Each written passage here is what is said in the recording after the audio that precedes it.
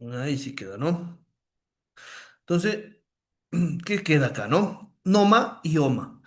¿Qué es NOMA? No Orthogonal Multiple Access, ¿sí? Y OMA, que es Orthogonal Multiple Access, ¿sí? NOMA, y lo vamos a ver, es todo el acceso que hemos venido viendo a lo largo de las generaciones de telefonía móvil. Háblese de TDMA, CDMA, FDMA primero, después TDMA, CDMA y por último OFDMA, ¿sí? ¿Por qué se llama ortogonal? Porque existe una relación ortogonal entre la frecuencia, entre los códigos en CDMA, en la frecuencia en OFDMA, en los códigos en CDMA, en el tiempo en TDMA, que hace que las portadoras o las señales que llevan los datos sean ortogonales entre sí. Y NOMA, ya vamos a ver, es un método, una tecnología que nos permite quitar esta ortogonalidad para poder aumentar el número de usuarios. Lo vamos a ver ahora, ¿sí? En general dice, hay cierto consenso en el desarrollo de una nueva interfase de radio para 5G que no sea compatible con las tecnologías anteriores, o sea, que no sea CDMA, no sea FDMA, no sea TDMA, ¿sí? Eso implica que 5G no solo se usará OFDMA, ¿sí? OFDMA y es la tecnología de acceso de radio escogida para 5G. Lo vimos en una clase anterior, ¿sí? Cuando veíamos las generalidades, ¿sí? Sí, pero existen otras propuestas que se están trabajando como técnicas de acceso y una de ellas es NOMA, ¿sí? No Orthogonal Multiple Access, NOMA en sí no es una técnica de acceso múltiple, sino que puede aplicarse a diferentes técnicas de acceso. Puede aplicarse, o sea, NOMA sobre OFDMA. Sí, vamos a ver un poquito de OFDMA para que se entienda toda la clase que estamos llevando, ¿sí? OFDMA, ustedes ya lo vieron y tenemos un grafiquito acá que es muy explicativo de esto, ¿no? Esto en el plano de la frecuencia, ¿no? En el gráfico cuando hacemos la transformada de Fourier y llevamos todo a la frecuencia, ¿sí? El concepto clave de OFDMA se basa en la división del espectro disponible en varias subportadoras ortogonales entre sí. ¿Qué quiere decir eso? Que si yo tengo 20 megahercios, no tengo una sola portadora, como es en FM, digamos, en la radio FM, si en donde una sola portadora modula a toda la señal. No, acá dividimos en subportadoras, ¿sí? Esto convierte el canal de ancho de banda B en N subportadoras paralelas. Lo que tenemos acá, miren, tenemos todo este ancho de banda. Yo lo he dividido en una, dos, tres, cuatro, cinco subportadoras. La portadora azul, la verde, la roja, la otra verde y la azul 2, ¿no? ¿Sí? Entonces, matemáticamente, esto hace que el ancho de banda se divida para N, ¿sí? Y nosotros empezamos a asignar por cada una de estas divisiones, ¿sí? Entonces yo tengo 20 megahercios, que sería el valor de B. Y quiero hacer 2000 subportadoras en 20 MHz, 20 para 2000. Eso me da 0,01 megahercios, ¿no? ¿Sí? O 100, si no estoy mal, 100 kilohercios por cada subportador. Entonces, cada 100 kilohercios, esa es la fórmula de acá. Cada 100 kilohercios yo voy a poner, entonces, 20 más 100 kilohercios, la una. 20 más 200 kilohercios, la otra. Y así se va generando esto de acá, ¿no? Entonces, aquí estamos. La primera subportadora, la segunda subportadora, que está separada un número n de megahercios de una de la otra, ¿sí? ¿Y qué es lo bueno de OFDM? Que nosotros no necesitamos que las portadoras estén tan lejanas o no tiene que haber una banda de guarda entre las dos, sino que al ser ortogonales, los picos de todas las otras subportadoras, los picos, miren, de todas las otras subportadoras por la ortogonalidad, se eliminan cuando yo tengo la frecuencia de corte. Yo tengo la frecuencia de corte de la portadora azul donde estoy, de la subportadora azul, y todas las otras están en cero. ¿Sí? Aquí dice, si los picos de las portadoras anulan las bandas laterales. Si los picos no se anulan, las bandas no son ortogonales, aparece interferencia. Interportadora, lo que se llama el ISI. ¿Sí? Entonces, cuando se pierde la ortogonalidad, es que empiezan a mezclarse y este grafiquito no es así tan bonito como lo tenemos acá, sino que empieza a diluirse. ¿Sí? Y algo importante que las subportadoras están espaciadas un periodo de uno sobre tiempo del símbolo QAM, el símbolo QPSK que tengamos en la modulación. ¿Sí? Eso como una introducción. ¿Y por qué esto es bueno? Porque miren lo que se hace en FDM, en división, en multiplexación por división de frecuencia. Se tiene un canal uno, se lo deja espaciado para que no interfiera con el canal 2, no el canal 3. No, acá sí están interferidas todas las frecuencias, todos los channels, todos los canales, canal uno, canal 2, canal 3. Pero como son ortogonales, tienen este truquito de acá, que se anulan. Y el rato que yo necesito de modular esto, ¿sí? Simplemente tengo la energía de la portadora, subportadora que yo necesito. Entonces, ¿qué se ahorra? Mucho ancho de banda, ¿no? Más del 50% de ancho de banda ahorrado. ¿Y qué es lo que más necesitamos en comunicaciones móviles? Ancho de banda. Entonces, por eso se escoge OFDM. ¿Sí? OFDMA es un acceso OMA, como lo es TDMA, como lo es FDMA, como lo es CDMA y como lo es OFDMA. ¿Sí? Miren, entonces todo el acceso OMA asigna una portadora o un recurso, ya sea de tiempo, de frecuencia o de código, a un usuario. Pero este usuario no puede compartir ese recurso de radio. Entonces, NOMA hace que podamos compartir ese recurso. Lo vamos a ver después. Entonces, FDMA mejora la eficiencia espectral. ¿Por qué? Porque sí, porque reduce mucho el ancho de banda, ¿no? Reduce la interferencia y es adecuado para MIMO. ¿Sí? ¿Por qué? Porque yo puedo asignar, mira, acá está la OFDMA. Yo puedo asignar una portadora o dos o tres, cuatro o 100 portadoras a un servicio. Ya lo vamos a ver. Miren, acá está. Es una asignación, ventajas, una asignación dinámica de portadoras. Miren, tengo todas estas portadoras. Sí, y yo al usuario uno le he asignado las portadoras en azul. Miren, esta de acá, esta de acá, esta de acá, esta de acá, esta de acá. Y al usuario 2 le he asignado en verde otras portadoras. Entonces yo puedo ir asignando a cada usuario y esto hace que todos los usuarios tengan, que la comunicación sea ajustable a las condiciones del canal. Entonces puede que a frecuencias altas de la banda que estoy trabajando, haya interferencias, ¿sí? Entonces, ¿qué? Tengo las frecuencias bajas para asignar portadoras, ¿sí? Entonces, puede que un usuario no necesite muchas portadoras, entonces puedo asignarle 50 subportadoras, 100 subportadoras, ¿sí? Ese es el concepto fundamental de OFDMA.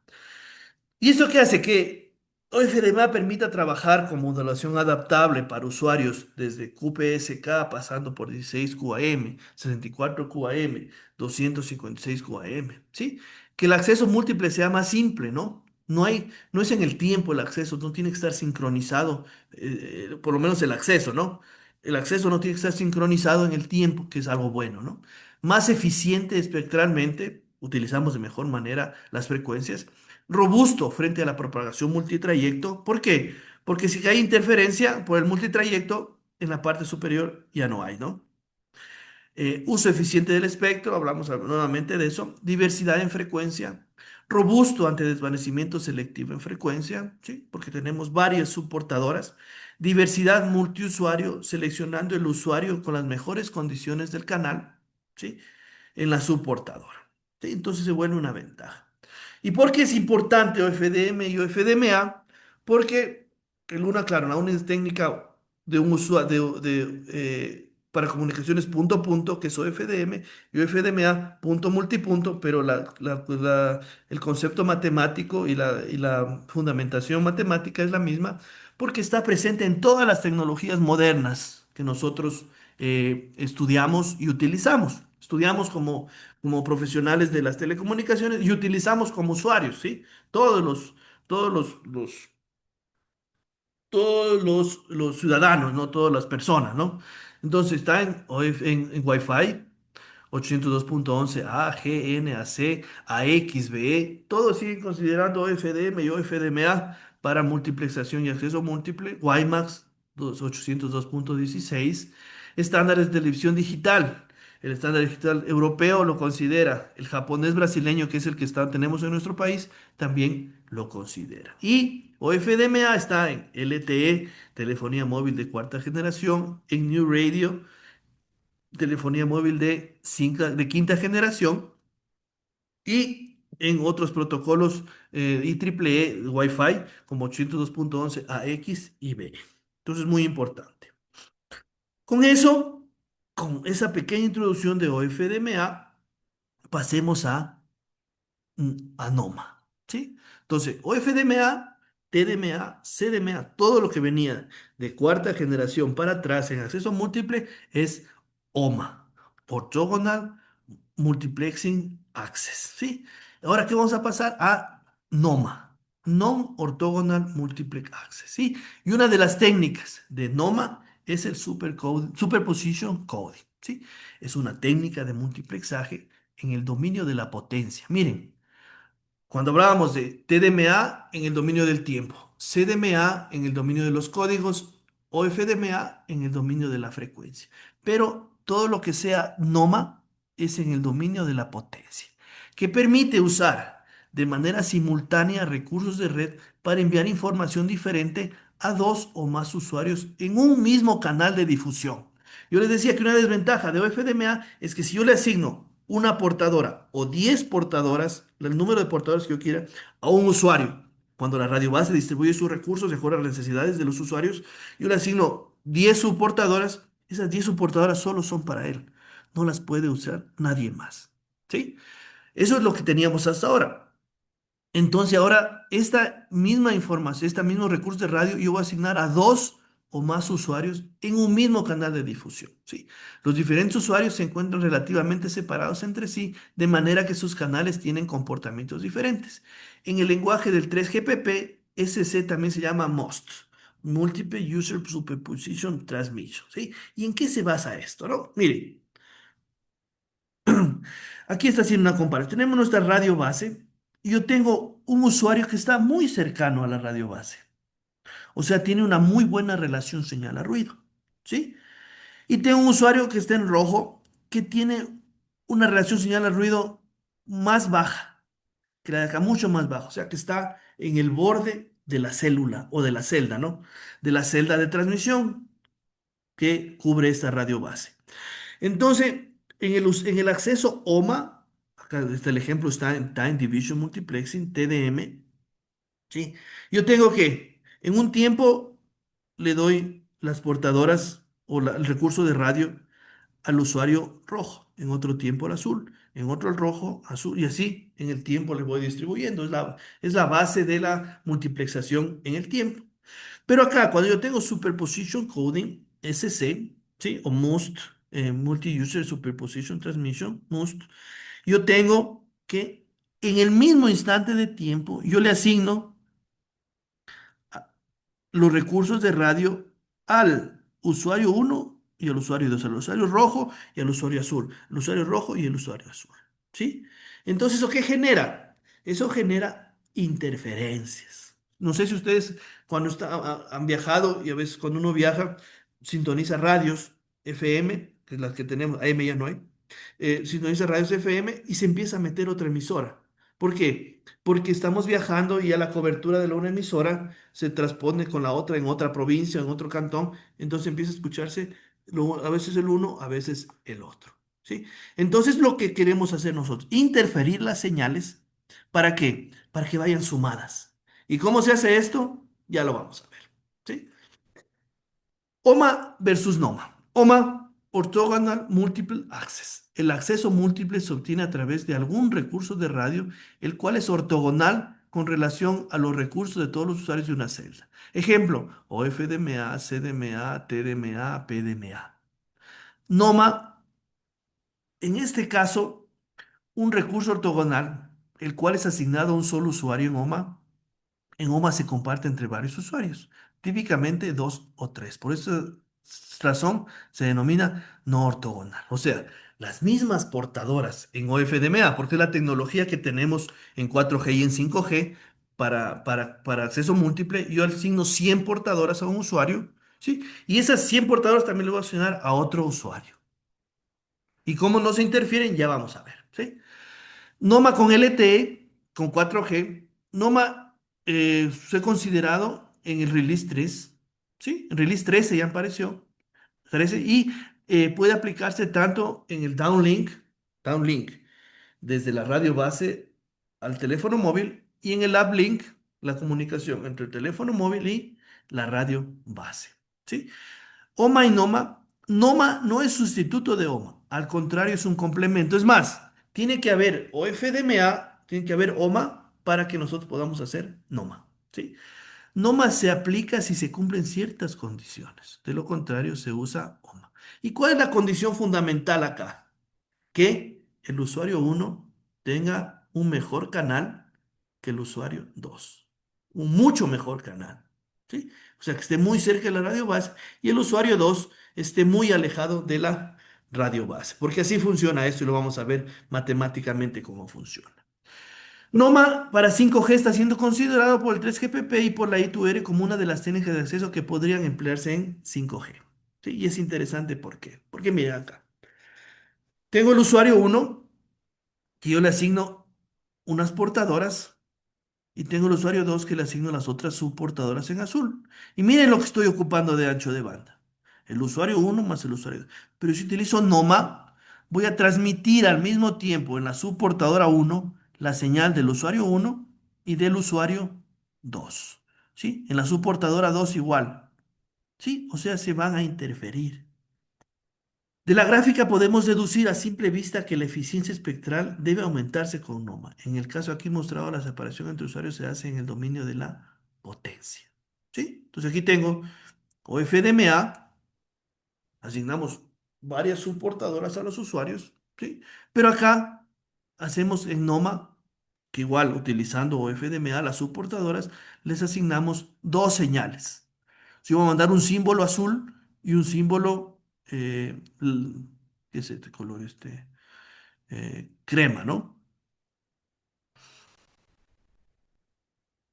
Entonces, ¿qué es NOMA? Los métodos de acceso múltiple están basados en mantener la ortogonalidad entre los recursos que asignan a los diferentes usuarios, los tradicionales. La ortogonalidad reduce la interferencia entre usuarios, pero reduce la eficiencia espectral, obviamente, ya que los recursos los monopoliza un solo usuario durante el tiempo de transmisión, ¿no es cierto? En OFDMA, las portadoras asignadas al usuario uno son solo del usuario uno, ¿sí? La idea de NOMA es compartir estos recursos ortogonales entre varios usuarios, por lo que entre ellos no habrá ortogonalidad. Así se incrementa la eficiencia espectral, pero también la interferencia. Es lo que yo les hablaba. Voy a interferir las dos señales, ¿sí? Seleccionando adecuadamente los usuarios, seleccionando adecuadamente los usuarios, ¿sí? O sea que el uno esté cerquita de la radio base y el otro esté en el borde de la celda, y un método eficiente, un método pertinente para la reducción de interferencia. NOMA ofrece ciertas ventajas sobre los métodos tradicionales, ¿sí? En el 3GPP se está haciendo los estudios para implementar MUST, que es, que es NOMA, ¿sí? En el downlink de LTE con miras a que sea aplicable en 5G. De hecho, NOMA es una técnica particular de MUST, ¿sí? Pues, siempre se habla casi generalmente de lo mismo, ¿no? Entonces, ¿qué es lo que va a pasar?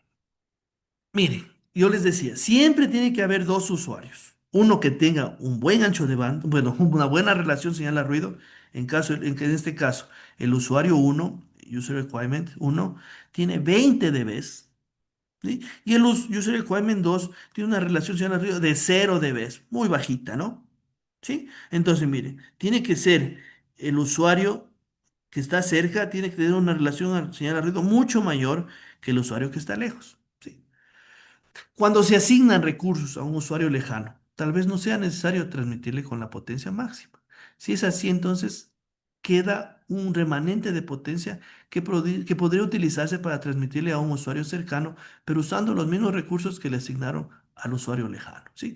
Esto nos indica que estamos creando interferencia intencional, pero al mismo tiempo incrementamos la capacidad con los mismos recursos, ¿sí? Por supuesto, se requiere de un procedimiento adicional para reducir la interferencia, y también se necesita una señalización especial para indicar a los móviles si está o no usando NOMA. Un segundo, por favor.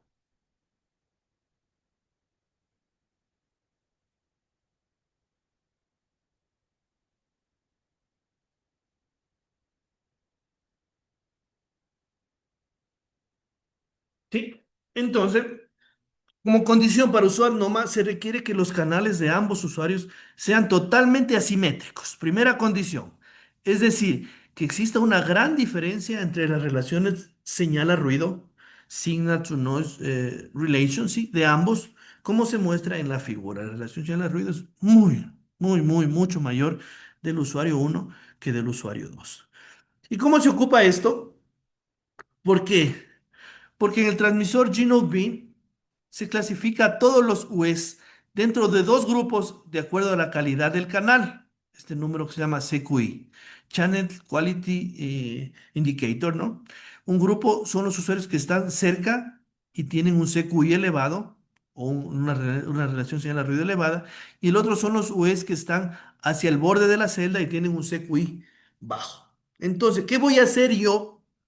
¿Sí? Mire, aquí está near, cercano. El usuario que está cercano sigue su proceso de CRC, codificación de canal, modulación y envía el símbolo uno. ¿Sí? Vamos a enviar el símbolo uno multiplicado por un factor alfa de potencia y el símbolo 2 que está lejano, por un factor uno menos alfa de potencia, siendo alfa un valor entre cero y uno. ¿Sí? Mire, entonces, ¿qué va a pasar acá? Va a ser una combinación de dos señales. La del símbolo uno que está acá, que es raíz de alfa, más la señal del símbolo 2 que es uno menos raíz de alfa.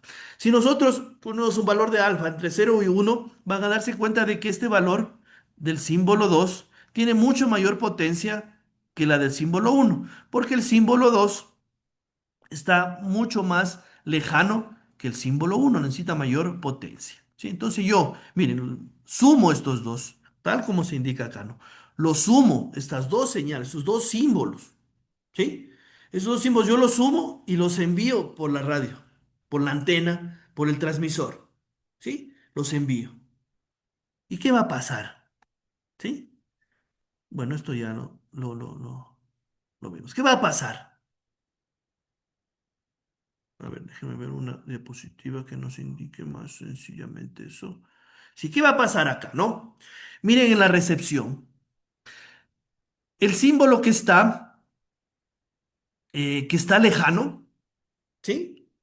El símbolo, el usuario que está lejano, ¿qué va a pasar? Si yo recibo una señal de alta potencia, que es la que viene a mí, y una señal de baja potencia, que era para el usuario uno, ¿qué va a pasar? Yo a la información del usuario uno la veo como ruido. ¿Sí? La veo como ruido, entonces no le paro bola, como vulgarmente diríamos, no le paro zona y únicamente demodulo, decodifico, aplico el código de redundancia cíclica y obtengo el bit de información para el UE que está lejano. ¿Sí? El problema es, entonces ahí no hay problema con el usuario que está acá, al borde de la celda. ¿Sí? Si yo le envío dos señales, como le voy a enviar matemáticamente estas dos señales, esta primera señal que tiene alta potencia, esta señal tiene alta potencia, la veo como que, la va a ver como la señal fuerte, ¿no? Y la de acá, que tiene bajita potencia, simplemente no la ve como ruido y no la demodula. Entonces, él ni se entera de que está haciendo noma, ¿no? Pero está haciendo Noma. La radio base está haciendo Noma. ¿Cuándo es el problema? El problema es para este usuario de acá, porque a él sí le llega, y es más, le llega la señal que no es para él, que es la de acá, del símbolo 2, ¿sí? ¿Le llega qué? Le llega con alta potencia, ¿sí? Y acá, la señal que es para él, le llega con baja potencia. ¿Sí? Bien, entonces cada señal S1 y S2 están moduladas, por lo tanto la cantidad total de símbolos de la nueva constelación será N1 por N2, donde NJ es la cantidad de símbolos de señal 1. Bueno, eso ya lo vamos a ver, ¿sí? Entonces, es lo que quiero que se entienda primero. ¿Cuál es el fundamento de esto, no? Un usuario lejano UE2, un usuario cercano UE1. Un usuario lejano con baja señal a ruido, ¿no? Relación señal a ruido. Y un usuario cercano con alta relación señal a ruido. Le envío dos símbolos. La radio base suma los dos símbolos, el que era para este y el que era para el otro. A uno le da alta potencia, al símbolo que tiene que llegar más lejos, y al otro le da menor potencia. Cuando llega esta señal, esta ecuación, llega al receptor, cuando llega al receptor que está lejos, necesita solo de modular, decodificar y aplicar un código de redundancia cíclica para corrección de errores, lo que sea, y obtiene su símbolo, su bit, lo que necesite, su información. ¿Por qué? Porque esta partecita de acá es ruido para él. ¿Cuál es el problema? ¿Dónde tenemos que operar más? Es en el receptor que está cercano. ¿Por qué? Porque él tiene que demodular el símbolo lejano, aplicar un mecanismo de cancelación de interferencia y ahí sí puede demodular el símbolo que es para él, decodificar y aplicarle CRC y recibir la información. Entonces, la recepción se complica para el usuario que está cercano. Ya lo vamos a ver por qué. Entendido esto, vamos a la matemática de esto, ¿no? Entonces, símbolo uno, símbolo uno dependiendo de I, del tiempo, ¿no? Multiplicado por uno menos alfa. Alfa es el factor de potencia que está entre cero y uno, ¿no? Entonces, yo pongo un alfa no se me ocurre, pero 0,35, ¿no? Uno menos 0,35 me da 0,7 raíz cuadrada de eso y me da un valor mucho más alto que la raíz cuadrada de alfa. Entonces se tiene más potencia. Más potencia por el símbolo uno más el símbolo uno por una baja potencia que me determina este factor alfa. ¿Sí? Y representa el símbolo, alfa es la potencia que se le asigna al usuario más cercano, alfa.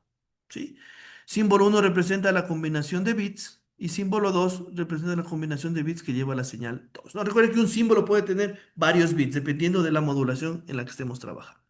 Si trabajamos acá déjenme ver esto, déjenme ver esto, modulación QPSK, la modulación QPSK nos determina que nosotros tenemos que a cada símbolo, a cada señal, si es la señal digital 00, la representamos por un coseno desfasado menos 45, si es 10, un coseno desfasado menos 135, si es 11, un coseno desfasado más 135 y 01, un coseno desfasado 45. Mire, la misma señal de coseno, la misma frecuencia, pero desfasada en diferentes ángulos. ¿Sí? Entonces tengo 00, 10, 11, 01.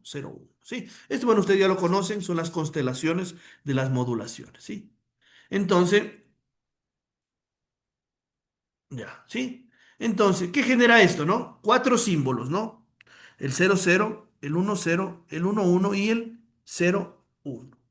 Acá tenemos simplemente lo que va a transmitir la radio base, ¿no?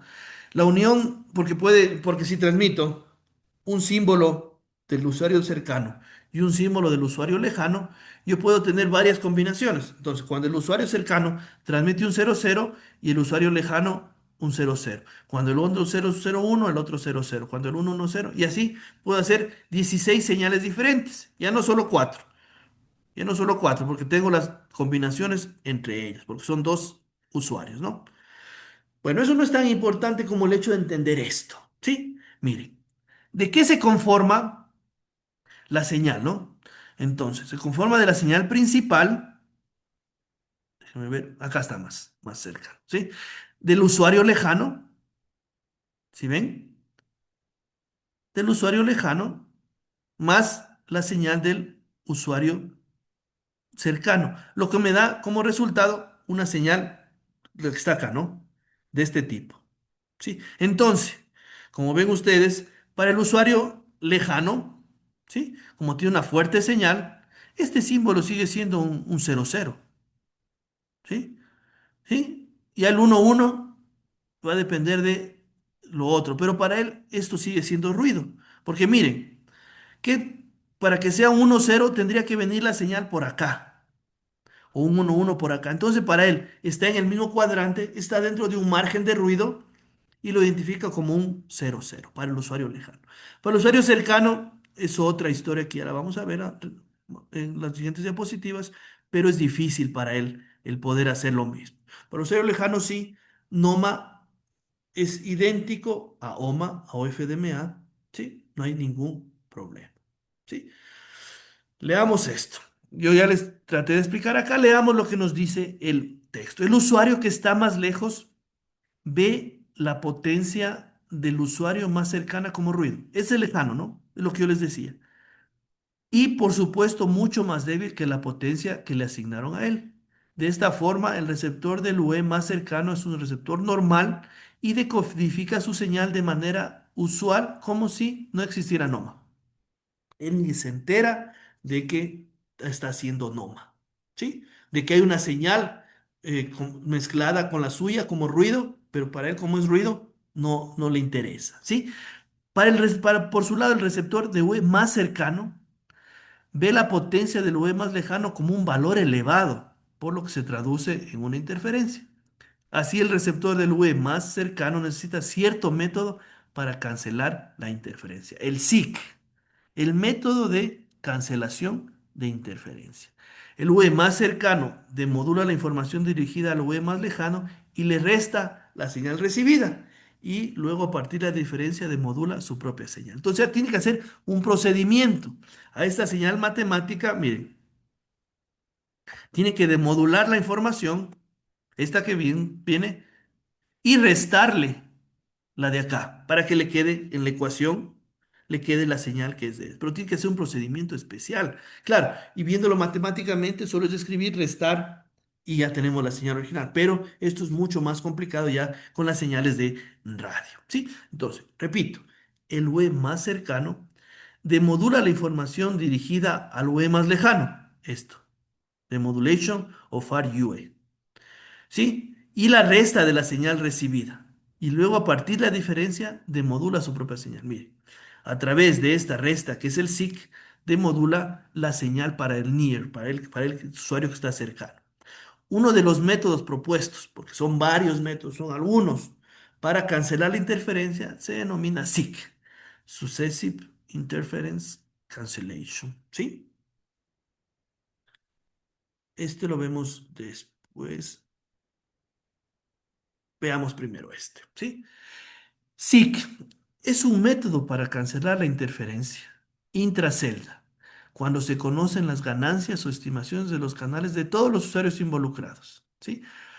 Para hacer el análisis más sencillo, usaremos el caso donde los recursos de tiempo, frecuencia y espacio se comparten de manera simultánea con dos usuarios. ¿Sí? Eh, no más se puede hacer entre muchos usuarios, pero entre menos usuarios, dos, tres, cuatro, es mucho mejor. ¿Por qué? Porque se descomplica o se facilita la construcción de receptores con cancelación de interferencia. ¿Sí? El orden de codificación es del usuario que tiene menor SDNR hasta el que tiene mayor SNR, ¿sí?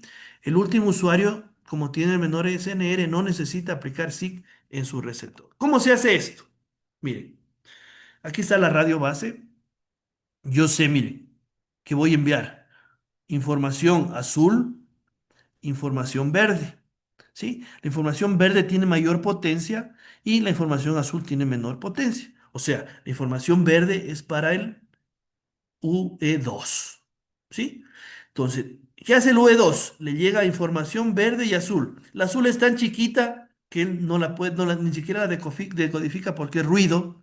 ¿Sí? Solo se encarga de la señal grande porque la ve grande y lo otro para él es ruido, interferencia, lo que sea, y tiene un margen, ¿no? De dBs para hacer esto, ¿no? Entonces no tiene problema. El usuario decodifica su señal verde y está trabajando con señal verde perfecta. El problema es el usuario web. Entonces, ¿qué tiene que hacer el usuario? Implementar SIC, ¿sí? Para la señal UE2, porque la señal viene conjunta, no viene para los dos, no viene toda conjunta, ¿sí? Y de ahí sí, decodificar a partir de ahí la señal que le toca a él, ¿sí? Como se muestra en la figura, solo el usuario E1, UE1, el más cercano, es quien implementa SIC. El UE2 sigue operando normalmente. El UE1 requiere una señalización adicional que le indique que debe usar SIC y que sus mensajes llegarán con un alto nivel de interferencia, ¿sí? Entonces, la radiobase tiene que avisar, ¿no? Vamos a utilizar SIC, ¿Pero a quiénes? A los usuarios que están cercanos. Recuerden que vimos en una diapositiva que la radio base va a dividir en dos grupos. ¿Dónde está esto? Acá. Va a dividir en dos grupos. Ya. Un grupo son usuarios que están cerca y otro grupo son usuarios que están al borde de la celda. Entonces, tomando el gráfico, el último gráfico de nuestra tabla, ¿sí? Tenemos, hace una división aquí en la mitad de la celda, de acuerdo a la relación señal-ruido. Los que tienen alta relación señal-ruido, les avisa que estamos haciendo SIC. Y los que tienen baja, ni siquiera se molesta en avisarles, ¿sí? Listo. Nos pasamos acá para ir entendiendo esto. Miren, acá un ejemplo. O sea, el tema de cancelar esta interferencia no es nada sencillo, ¿sí? No es nada sencillo, ¿no? Posibles esquemas en el receptor NOMA para un UE cercano y para un UE lejano. Solo les doy como ejemplo de lo que yo pude encontrar, ¿sí? Hay técnicas ML, Máximo Likelihood, ¿sí? Hay técnicas RML, técnicas SLIC, técnicas LSWIC, ¿sí? Tanto para el usuario cercano como para el usuario lejano, para poder trabajar con receptores NOMA. ¿Sí? Listo. ¿Se entendió? ¿Se entendió la diferencia entre NOMA y OFDMA? ¿Y cómo se puede aplicar NOMA con OFDMA? Ya.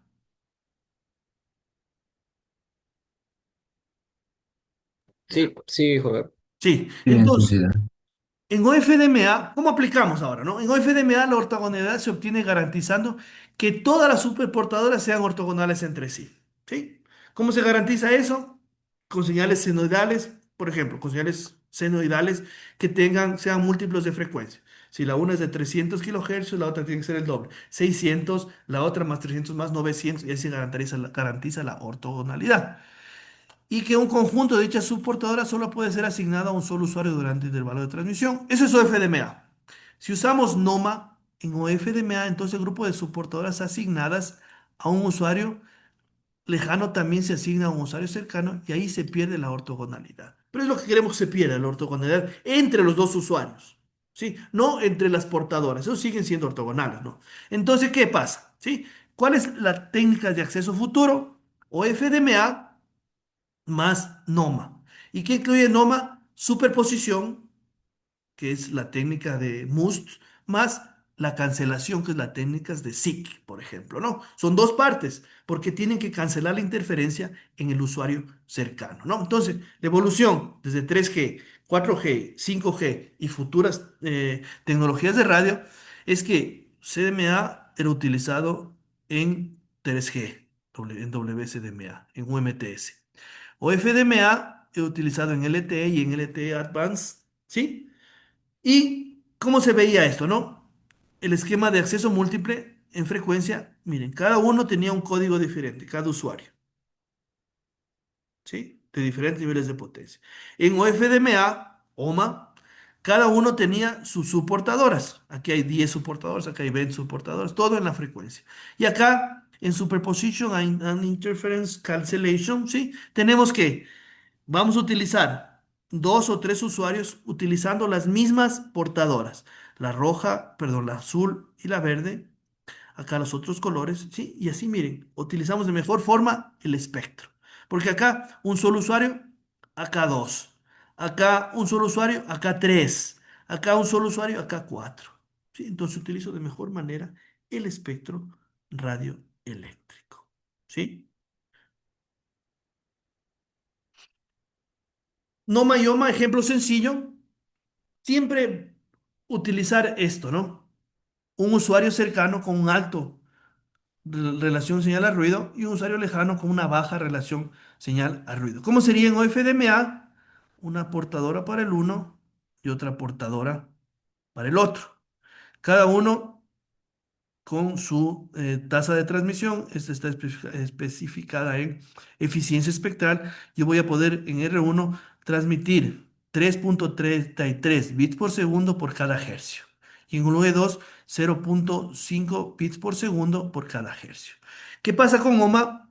En el mismo ancho de banda, pero haciendo OMA, NOMA, ¿sí? Yo superpongo las señales la una de la otra y mejoro las tasas de transmisión en el usuario uno en un 32% y en el usuario 2 en un 48%. ¿Sí? En OFDMA, cada usuario tiene asignados niveles de potencias que podrían ser similares, pero transmiten a un grupo de soportadores diferentes y ortogonales entre sí. Por su parte, en NOMA, ambos usuarios usan el mismo grupo de soportadoras, como lo veíamos en el gráfico azul con crema. Es bastante explicativo ese gráfico. Miren, las señales están superpuestas, las señales en la parte derecha. Utilizan el mismo rango de soportadoras, el mismo rango de frecuencias, transmiten al mismo tiempo. NOMA, ambos usuarios usan el mismo grupo de soportadoras, pero los niveles de potencia son cuidadosamente asignados por el transmisor o el G-Node B en el caso de 5G. Cuidadosamente asignados, sí. El uno raíz cuadrada de uno menos alfa y el otro raíz cuadrada de alfa. Entonces, este alfa tiene que ser muy bien escogido, ¿sí?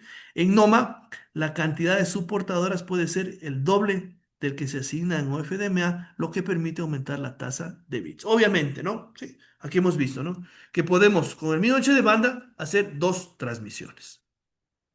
Ahí está. Yo creo que es el gráfico fundamental de la importancia de Noma para poder mejorar, ¿no? Entonces, si con, qué sé yo, con LTE 4G yo tenía 20 megahercios y en 20 megahercios yo podía transmitir a una velocidad máxima de 1 gigabit por segundo, ¿sí? Entonces, con los mismos 20 megahercios aplicando Noma, yo puedo duplicar la tasa, hacer 2 gigabits por segundo, solo aplicando esa técnica de Noma, ¿sí?